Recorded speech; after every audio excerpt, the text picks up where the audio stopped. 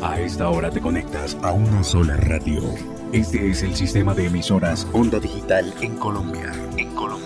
Radio virtual, hecha por jóvenes, pensada por universitarios. Sistema de estaciones Onda Digital, un concepto diferente.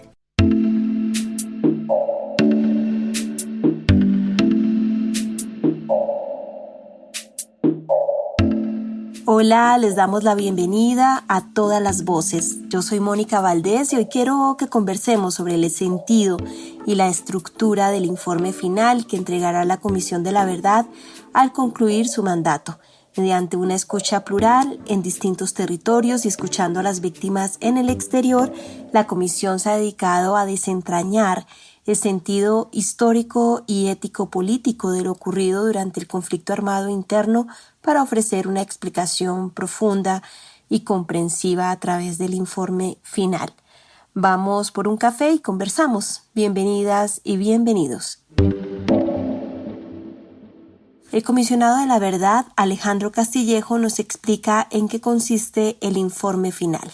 El informe final de la Comisión de la Verdad constituye en esencia 3 o 4 cosas concretas. La primera de ellas, diría yo, es el efecto de un proceso de investigación rigurosa, específicamente sobre una serie de eventos concretos que llamamos graves violaciones a los derechos humanos. Y en ese orden de idea, es un producto de investigación con unas consecuencias y con unos efectos, digamos, específicos de la sociedad. Es una manera al mismo tiempo de enfrentar precisamente ese pasado violento. Es decir, no hay modo de moverse hacia un adelante en términos de lo que implica una transición política, con todas las complejidades que en Colombia eso puede querer decir. No hay modo de moverse hacia adelante si no hay un reconocimiento y un enfrentar ese pasado violento como pasado violento. Podríamos tener muchos debates sobre si ese pasado es pasado. También uno puede decir, el informe final es un modo del relato histórico y del proceso histórico en Colombia. Es una manera de contar la historia de qué sucedió en el contexto del conflicto armado e incluso más allá del contexto del conflicto armado, considerando otras violencias. Finalmente, yo diría que el informe final también es una forma de reconocer el dolor de la nación, el dolor de las víctimas específicamente, y ese es un acto de reconocimiento colectivo y es un acto necesario también para poder, en principio, transformar esta sociedad. ¿Qué viene después? Es una pregunta mucho más grande y más compleja, pero en principio yo diría que estos son, digamos, los elementos fundamentales del informe. El relato histórico y humano del conflicto armado interno colombiano a partir de 1958 y las distintas violencias cometidas y que persisten en Colombia tienen distintas explicaciones. Vamos a conversar hoy con el comisionado de la verdad, Carlos Martín Beristain, médico, psicólogo y coordinador del informe final como parte del pleno de los comisionados. Bienvenido y empecemos por favor por contar por qué es importante hacer un informe de la verdad tras el acuerdo de paz del año 2016. Yo creo que una primera cosa es que en una guerra se miente mucho, se miente, se oculta, se silencia, ¿no? El miedo hace que la gente tampoco pueda hablar, ¿no? Muchas víctimas no puedan hablar, no se pueda conocer realmente lo que ha pasado. Y una sociedad que busca reconstruirse necesita un espacio distinto que permita poder hablar, escucharse, recoger las historias, los testimonios de las víctimas, la voz de los responsables también, las versiones que tienen esos responsables, para poder hacer una verdad que sea transformadora, ¿no? Que no deje las cosas como están. O sea, la verdad no significa, bueno, qué pasó hace 20 años y allí se quedó. Desgraciadamente lo que hemos visto en el conflicto armado colombiano es que ese conflicto se ha reciclado muchas veces, ¿no? Hemos vivido ciclos históricos de violencia desde mediados de los años 80, del caso de la Unión Patriótica, ¿no? Acaba de tener una audiencia en la Corte Interamericana 30 años después, desde ese caso hasta después de la Constitución del 91 y alrededor del proceso del Caguán y después con los paramilitares y ahora otra vez, ha habido muchos factores que nosotros llamamos de persistencia del conflicto, ¿no? Es decir, la sociedad, el Estado, la sociedad se ha abierto, la democracia se ha abierto y la democracia se ha cerrado, ¿no? Se ha abierto procesos de paz y otra vez han vuelto esas dinámicas de conflicto armado. La gente nos ha dicho en todas las entrevistas queremos una verdad que explique. El informe tiene que explicar, no solamente tiene que contar cosas, casos, tiene que explicar. porqués. Tiene que ayudar a entender porqués. Porque solo cuando se entienden los porqués se puede decir entonces qué es lo que hay que cambiar. En más de 6 décadas del conflicto armado ha habido una gran degradación, muchas atrocidades en distintas épocas y la autoría de distintos grupos y sectores. ¿Cómo lograr un informe equilibrado que no tenga un sector predominante en el relato o que haya una verdad con mayor peso que otras verdades dentro del informe? Hay memorias defensivas. Una memoria defensiva es la memoria, o una verdad defensiva es la verdad en la que yo me fijo, ¿no? Me fijo de una manera segmentada, fragmentada, y el resto no me importa. Y eso no solamente hace que la gente tenga una visión distorsionada del conflicto, sino que eso es una visión justificadora del conflicto. Porque si yo me fijo entonces en las víctimas del secuestro, a mí el resto no me interesan. Tal vez, ¿no? Pongamos el caso, una hipótesis, ¿no? No me interesa, ¿no? No me interesan los desaparecidos, no me interesan las víctimas de masacres, no me interesa nada, o al revés, ¿no? A mí me interesan las víctimas del aparato del Estado y no me interesa lo que ha hecho la guerrilla, ¿no? No me interesan sus víctimas, ¿no? Entonces esas memorias defensivas, esas verdades defensivas, operan como un factor de legitimación, ¿no? Porque al final uno siempre encuentra la continuación del conflicto en lo que los otros hicieron, ¿no?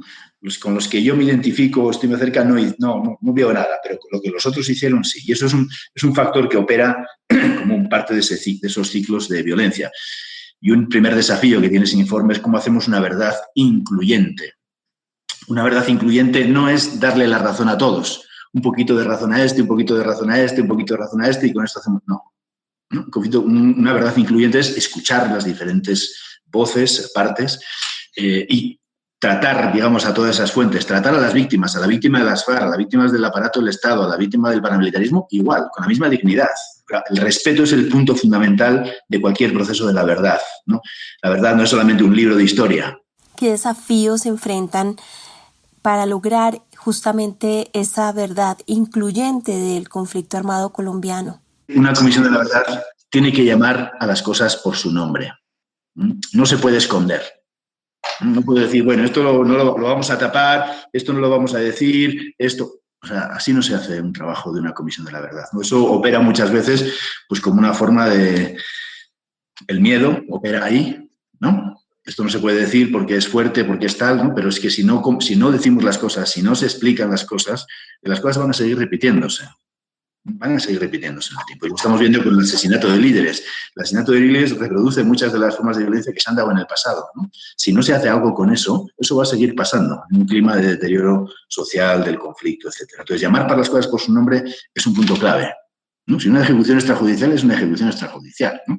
Si es una desaparición forzada es esto. Si aquí ha habido masacres, si aquí ha habido fuerzas armadas que han estado llevando a cabo operativos de la mano con paramilitares, si aquí ha habido guerrillas que han hecho atrocidades con los secuestrados, eso hay que decirlo. Eso hay que decirlo. No hay que tenerle miedo a la verdad, ¿no? El gran desafío para los investigadores de una comisión de la verdad es cómo no ven esto como algo que está allí, no como unos libros que tengo de aquí atrás, ¿no? Unos archivos allá, ¿no? Sino cómo se dejan tocar por esa experiencia. Esto se hace metiéndose en el dolor, metiéndose en los testimonios, escuchando y a partir de ahí viendo qué es lo que sale, ¿no? Cuál es la tendencia central, cómo la gente habla del duelo. Entonces, eso es un gran desafío pensando en el informe, ¿no? Porque el informe tiene que ser riguroso. O sea, ¿por qué? Porque la verdad está en disputa en Colombia. En muchos países la verdad está en disputa. Va a haber gente que va a decir, eso no es verdad, ¿no?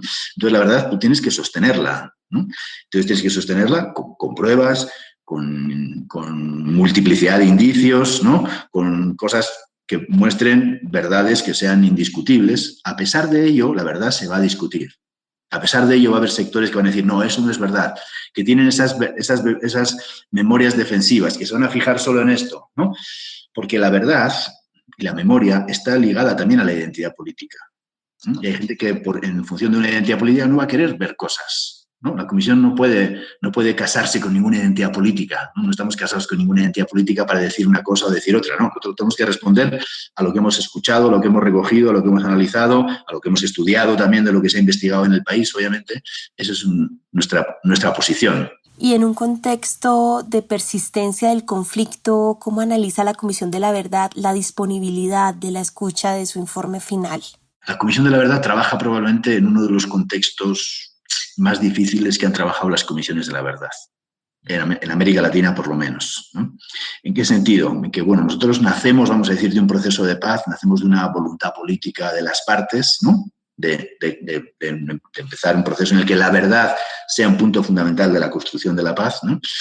Y a partir de ahí, digamos, pero sin que haya habido una crisis a veces previa saludable, ¿no? Cuando hubo una comisión de la verdad en Guatemala, perdón, en la Argentina o Chile, se habían caído las dictaduras y eso abrió el espacio a poder hablar de la verdad más abiertamente, ¿no? En el Perú se cayó el régimen de Fujimori, ¿no? Se cayó por el escándalo de los vídeos de Vladimiro Montesinos y la corrupción, no se cayó por la crisis de derechos humanos, pero eso abrió el espacio para poder hablar de derechos humanos, ¿no? En Guatemala o El Salvador los gobiernos estaban desacreditados, deslegitimados, ¿no? Y eso abrió el espacio para hablar de la verdad, ¿no? En el caso colombiano esos procesos no se han dado, ¿no? La verdad, el espacio de la verdad nace de un acuerdo, pero después de un acuerdo que ha sido cuestionado por todo un sector político e incluso gubernamental, ¿no? Y eso supone un viento en contra del proceso de paz y en contra, obviamente, de la verdad, ¿no? Y hemos visto pues también ataques a la JEP, ataques a la Comisión. A mí no me da miedo esas cosas, ¿no? Las hemos vivido en otros muchos lugares, ¿no? Sabemos cómo son, pero yo confío mucho en el valor, en el poder de la verdad.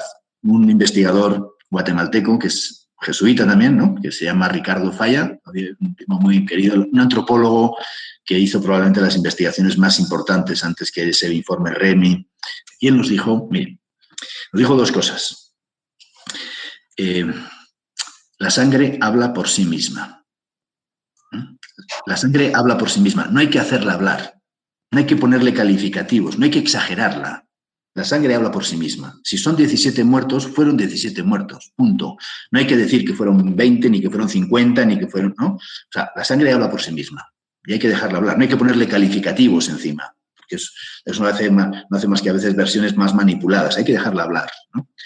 Y también nos dijo otra cosa. Miren, la masacre es trabajo. Y eso a mí me puso los pelos de punta, ¿no? ¿Cómo que la masacre es trabajo? ¿Qué es lo que hace posible el horror a gran escala en una guerra? ¿Qué es lo que hace posible? Porque eso no es solamente tener muchas... Porque la bomba cayó en mal sitio, ¿no? En la guerra de Irak que escuchamos todas estas cosas de los daños colaterales, ¿no? ¿Os acordáis? ¿No? Daños colaterales. No son daños colaterales. No son daños colaterales, ¿no? La población civil se ha convertido en parte fundamental es un objetivo militar por parte de los diferentes contendientes. El ataque a la población civil es la mayor forma de violencia en una guerra. 80% de las víctimas de una guerra, 90% de las víctimas de una guerra son civiles. No son guerrilleros, no son militares, son civiles, ¿no? Y eso demuestra cómo el tejido social se ha convertido en objetivo. O sea, controlar el tejido social, si las jóvenes llevan un piercing o no llevan un piercing, cómo se visten, a qué hora salen, qué hacen, se convierte en un objetivo, ¿no? Un objetivo, en ese caso, de los paramilitares en las comunas de Medellín, por ejemplo, ¿no? Porque imponer las reglas, las normas, es una forma de controlar el poder sobre la gente, ¿no? Entonces, son ejemplos que trato de poner de cosas que un informe tiene que explicar. Tiene que ver bueno, si la cosa fue así en Colombia, la tiene que explicar. Si fue de otra manera, la tiene que explicar, ¿no? Las víctimas son el centro de la verdad y han entregado sus testimonios, pero ¿cómo el informe devuelve a la gente lo que resultó de esa escucha en clave de pedagogía y socialización? Aquí hay un camino de vuelta, ¿no? Los mayas dicen, los indígenas en Guatemala me enseñaron que los caminos son de ida y vuelta, ¿no? Si tú vas a enseñar, es porque vas a aprender. Si vas a preguntar, es porque vas a hacer. No te vas a quedar pasivo con eso, ¿no? Y eso es un compromiso, porque si uno viene aquí a recorrer los países, a escuchar a las víctimas, es porque vamos a hacer algo con eso, ¿no? No nos vamos a ir, vamos a hacer la presentación y chao, nos vamos y bueno, qué bien, ¿no? Hemos hecho difusión, no, vamos a hacer algo. Es como devolvemos esa memoria a la gente, ¿no? ¿Qué hacemos después? El trabajo no termina con la publicación de un informe. Es un problema de las comisiones de la verdad y es un problema de esta. Nosotros cuando diseñamos el trabajo al inicio, ¿no? Cuando pensábamos que íbamos a tener un viento favorable, pensábamos terminar nuestro trabajo tal vez 3 meses antes, el informe 3 meses antes, y tener 3 meses para hacer ese trabajo después, ¿no? Pero en un contexto de continuación del conflicto armado, ¿no? En un contexto de falta de apoyo de las políticas del gobierno frente a la construcción de la paz y especialmente al sistema, a la JEP y también a la Comisión. en un contexto de pandemia, ¿no?, que ha frenado muchas posibilidades de poder tener un trabajo más directo, nos ha obligado a trabajar mucho con pantalla, etcétera, pero con menos trabajo directo, de tocarnos, de estar con la gente, ¿no? Todo eso hace las cosas obviamente más difíciles, ¿no? Entonces vamos a presentar nuestro informe pues al final de nuestro tiempo. Y entonces una cosa clave, un problema duro que se va a presentar ahí es quién hace ese trabajo de pedagogía, de incidencia.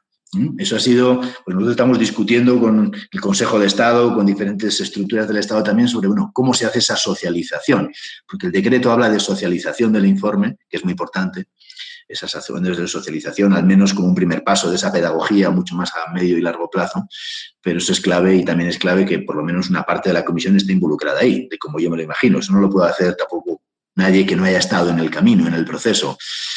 Para eso también es muy importante la apropiación social. O sea, si ustedes no se apropian, no sienten ese informe, es parte de ustedes, ¿no?, de la historia construida colectivamente,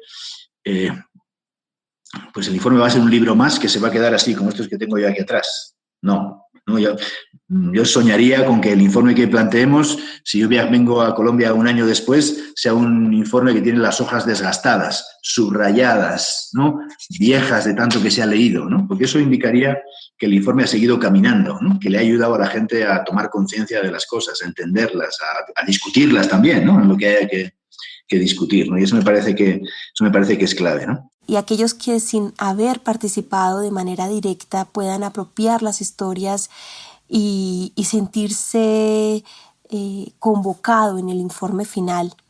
Que necesitamos una verdad en la que la gente se reconozca.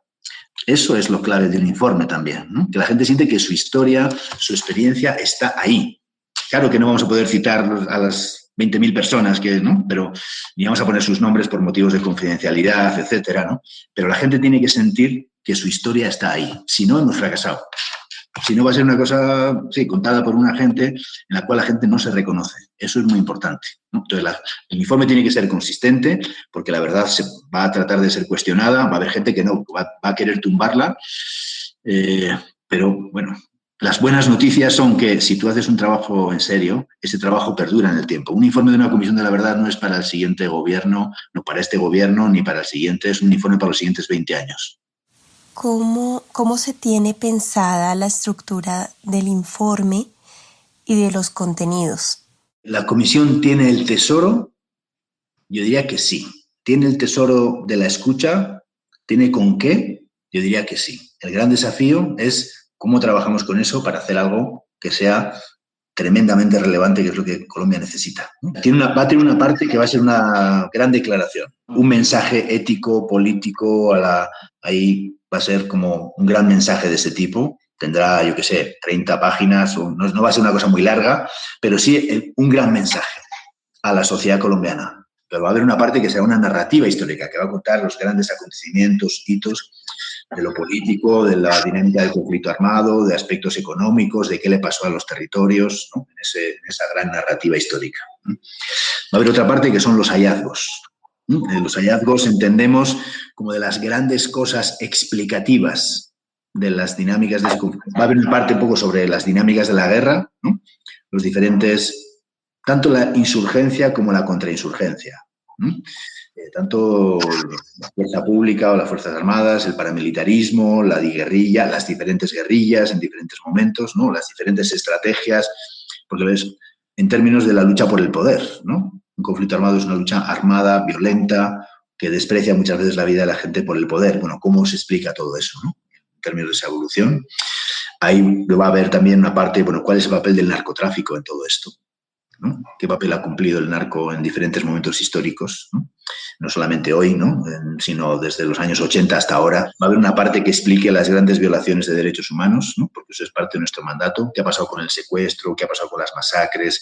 ¿Qué ha pasado con las ejecuciones extrajudiciales? ¿No? ¿Qué ha pasado con el desplazamiento forzado, ¿no?, con la desaparición forzada? Va a haber otra parte sobre eso.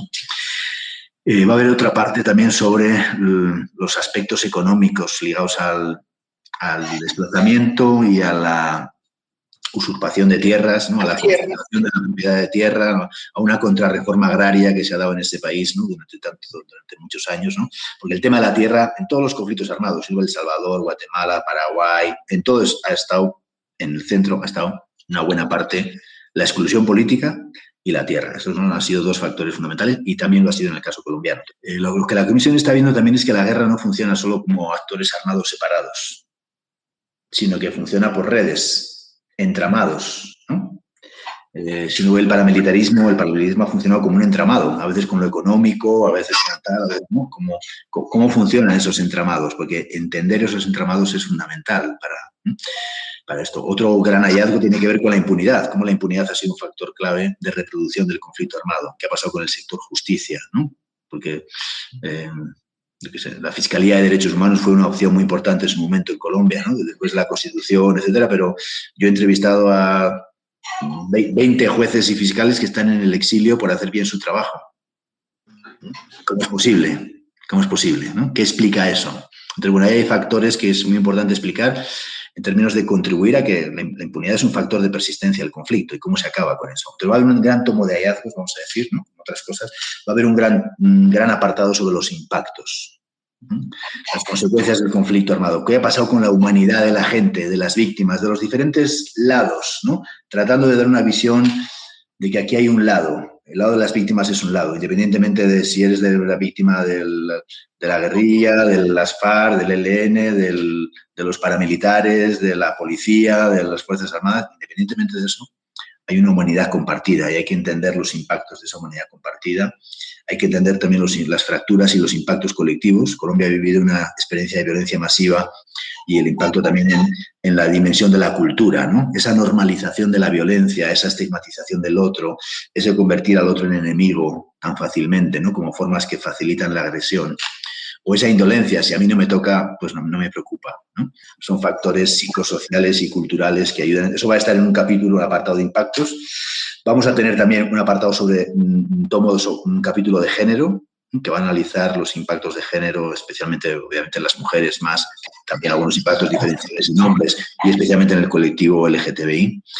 Hay un tomo que va a hablar sobre voces, que va a estar basado en testimonios, que va a ser testimonios dialogando entre sí, en base a diferentes grandes áreas analíticas, ¿no? Pero va a ser un tomo de voces, de testimonios diferentes hablando entre sí. Va a haber un apartado sobre el exilio, obviamente. Es la primera comisión que tomó 1.600 testimonios en el exilio en tantos países. Tiene que haber una parte que recoja esa experiencia del exilio también. Hay una parte que va a hablar de los niños, niñas y adolescentes y cómo la victimización de población infantil y la adolescencia juvenil ha sido parte fundamental de las dinámicas de reproducción del conflicto. Va a haber un capítulo sobre el enfoque étnico, que va a hablar de los impactos a los pueblos afrodescendientes e indígenas fundamentalmente, y algo de la población rom, de lo que tenemos información, porque la violencia se ha concentrado, especialmente después de los años 90 en adelante, en muchos de esos territorios étnicos, en un desprecio por la vida, en formas de racismo, desprecio por la vida y exclusión y situaciones intolerables que siguen viviéndose en muchos de esos territorios. Va a haber un capítulo territorial que va a hablar de las verdades desde los territorios para entender las dinámicas del conflicto en los diferentes territorios, y tiene que incluir también una parte sobre recomendaciones, ¿no? Tendrá un apartado sobre recomendaciones, que es lo que la Comisión va a recomendar. Sabemos que no podría recomendar muchísimas cosas, pero tiene que tener también un enfoque sobre los grandes problemas que la Comisión ha identificado en su informe, para no irse a una lista gigante de recomendaciones al país, ¿no? o al gobierno o a la sociedad, sino tiene que concentrarse en los grandes hallazgos y qué cosas hay que cambiar en lo profundo para que se dé la transformación que Colombia necesita, ¿no? Bueno, estamos con mucha expectativa de la entrega de este informe final y esperamos que ojalá muchos grupos y la ciudadanía en general puedan participar en su lectura, apropiación y difusión. Muchas gracias.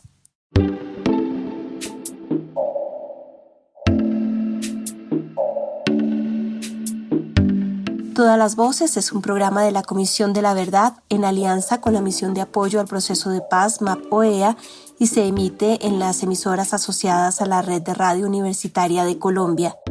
La MAP-OEA no es responsable de contenidos ni opiniones compartidas por nuestros invitados. A esta hora te conectas a una sola radio. Este es el sistema de emisoras Onda Digital en Colombia. En Colombia. Radio virtual, hecha por jóvenes, pensada por universitarios. Sistema de estaciones Onda Digital. Un concepto diferente.